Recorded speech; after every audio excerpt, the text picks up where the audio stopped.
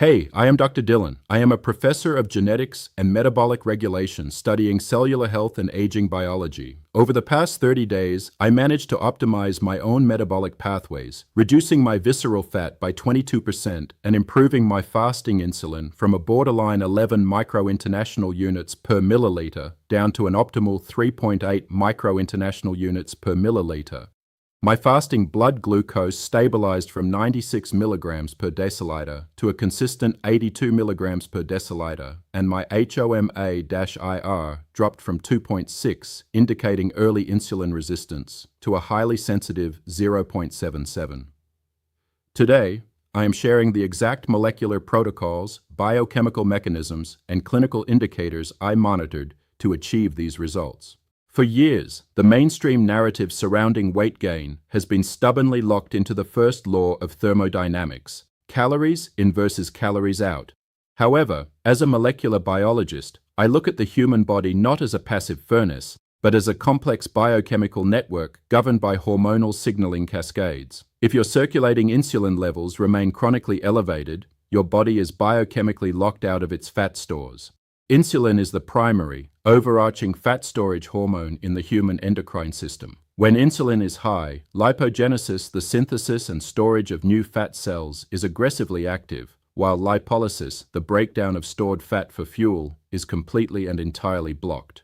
To understand this concept clearly, I use the refrigerator versus freezer analogy. Your bloodstream and liver glycogen stores act as a highly accessible refrigerator. They hold a limited amount of energy that can be put away and retrieved quickly. Your body fat, however, is a deep industrial freezer located downstairs in the basement. It holds massive amounts of long-term energy. The critical biological rule is this: you cannot open the freezer door if the kitchen refrigerator is completely stuffed. Insulin is the lock on that freezer door. As long as insulin levels remain high due to cellular resistance, your body cannot access the stored fatty acids in your adipose tissue, regardless of how severe your caloric deficit is. This is why millions of individuals suffer from stubborn weight gain and profound exhaustion without understanding the underlying medical etiology. The cells are literally starving in a sea of plenty. The glucose is trapped in the bloodstream because the cellular doors refuse to open, and the fat tissue cannot release its energy because the high insulin seals the locks. Through my research, I have classified 5 distinct, highly localized physiological signs that indicate your cells have developed severe insulin resistance, blocking your capacity for fat oxidation. Sign number 1: acanthosis, nigricans, and cutaneous tags. The first major physiological indicator is a dermatological manifestation known as acanthosis nigricans, alongside the proliferation of cutaneous skin tags around the neck, axillae, and eyelids. At the molecular level, this is caused by a cross-reaction of excessive circulating insulin with insulin-like growth factor 1, IGF-1, receptors on human keratinocytes and dermal fibroblasts.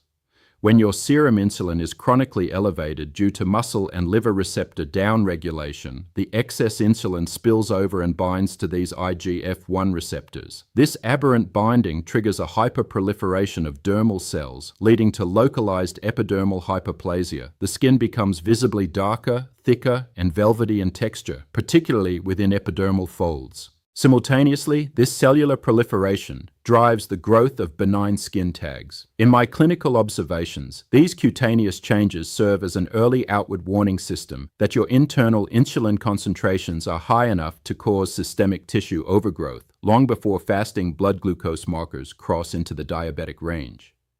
Sign number 2: postprandial somnolence and cellular energy starvation.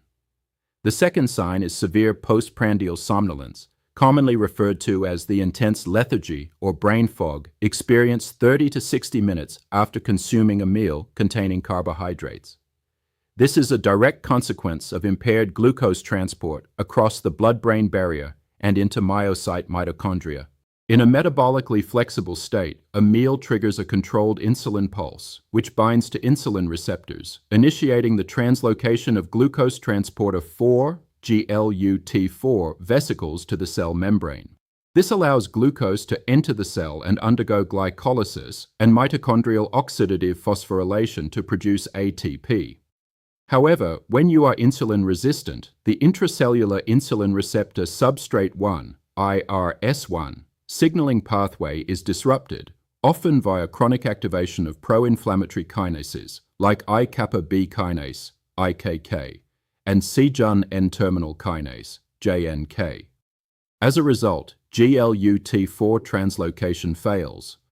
Despite a high abundance of glucose in your blood, your brain and muscle cells experience acute energy starvation because the substrate cannot enter the mitochondria.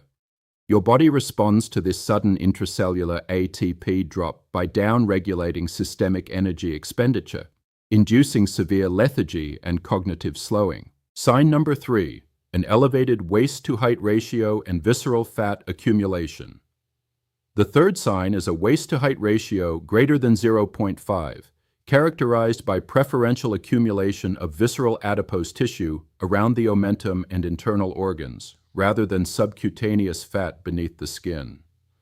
Visceral fat cells behave very differently from subcutaneous fat cells. They express a much higher density of glucocorticoid and androgen receptors and are highly sensitive to the combination of insulin and cortisol. When your body enters a state of chronic hyperinsulinemia, it upregulates the enzyme 11-beta-hydroxysteroid dehydrogenase type 1, 11-beta-HSD1, within mesenteric fat depots. This enzyme locally converts inactive cortisone into active cortisol. Cortisol combined with high insulin acts as a powerful signal for visceral adipogenesis.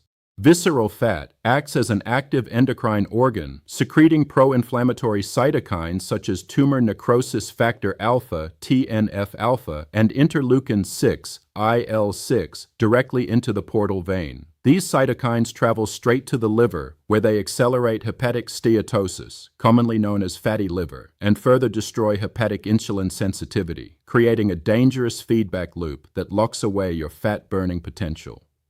Sign number 4, reactive hypoglycemia and chronic sweet cravings. The fourth sign is the phenomenon of reactive hypoglycemia, which presents as intense sugar cravings, shakiness, and irritability approximately 2 to 3 hours after eating. When a person with healthy metabolism eats a carbohydrate meal, the pancreas secretes a precise amount of insulin to clear the glucose from the blood. In contrast, an insulin-resistant individual requires a massive, exaggerated surge of insulin from the pancreatic beta cells to overcome the muted cellular response and force the glucose into the tissues. This delayed, overreactive flood of insulin remains circulating in the bloodstream far too long. Once the glucose is finally forced out of the blood, the residual, excessive levels of insulin cause blood sugar levels to crash rapidly below baseline. This sudden drop in blood glucose activates the sympathetic nervous system, releasing adrenaline and cortisol while simultaneously stimulating neuropeptide Y, NPY, in the hypothalamus. This biochemical cascade triggers an urgent survival-driven craving for fast-acting carbohydrates, locking you into a continuous cycle of glucose spikes and crashes. Sign number 5, paradoxical cold extremities and microvascular impairment. The fifth and most overlooked sign is chronically cold hands and feet, even in mild or warm environments. This occurs due to the impairment of endothelial nitric oxide synthase, ENOS, pathways. In a healthy metabolic state, insulin acts as a mild vasodilator. When it binds to endothelial cells lining your blood vessels, it activates the PI3K/AKT pathway, which triggers the production of nitric oxide, NO. Nitric oxide relaxes the smooth muscle walls of your arteries, increasing peripheral blood flow and capillary tissue perfusion.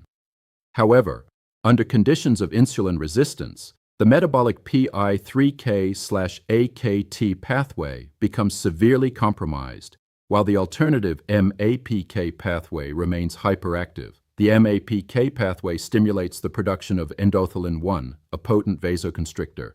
Instead of dilating your blood vessels to deliver warm, nutrient-rich blood to your extremities, elevated insulin levels cause microvascular constriction.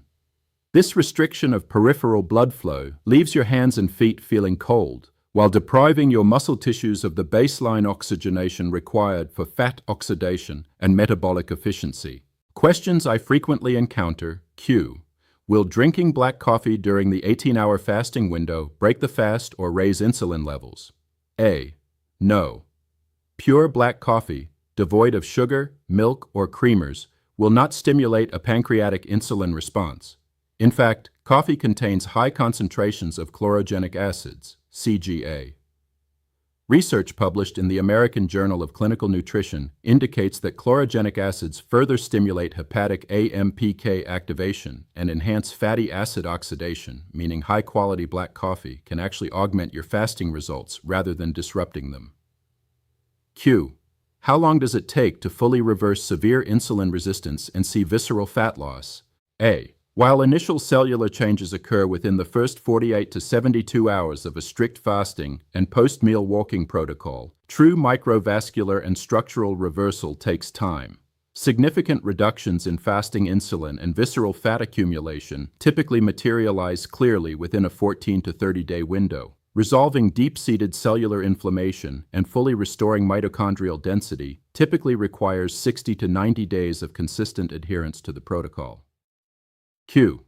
Can I build or preserve muscle tissue while using an 18 to 6 time-restricted feeding protocol? A. Yes. During extended fasting windows, your body experiences a significant compensatory rise in endogenous growth hormone, GH, secretion to protect structural tissues from catabolism. Growth hormone is highly lipolytic, meaning it accelerates fat burning while actively preserving skeletal muscle amino acid sequences. As long as you consume adequate protein during your 6-hour eating window, your muscle mass will remain fully protected. To summarize the essential mechanisms, reversing chronic weight gain requires moving your focus away from superficial calorie restriction and targeting the root hormonal driver, hyperinsulinemia. By reducing your eating window, utilizing post-meal walking to force insulin-independent glucose clearance, eliminating inflammatory seed oils, and using targeted metabolic stabilizers like berberine and magnesium, you can systematically lower your circulating insulin levels. This restores cellular sensitivity, clears visceral fat, and unlocks your body's natural capacity for fat oxidation. I implemented these exact steps to lower my fasting insulin by over 65% and optimize my body composition in 30 days. As a genetics researcher, I encourage you to look closely at your body's physiological indicators, measure your biomarkers, and systematically adjust your daily environment to restore your cellular health.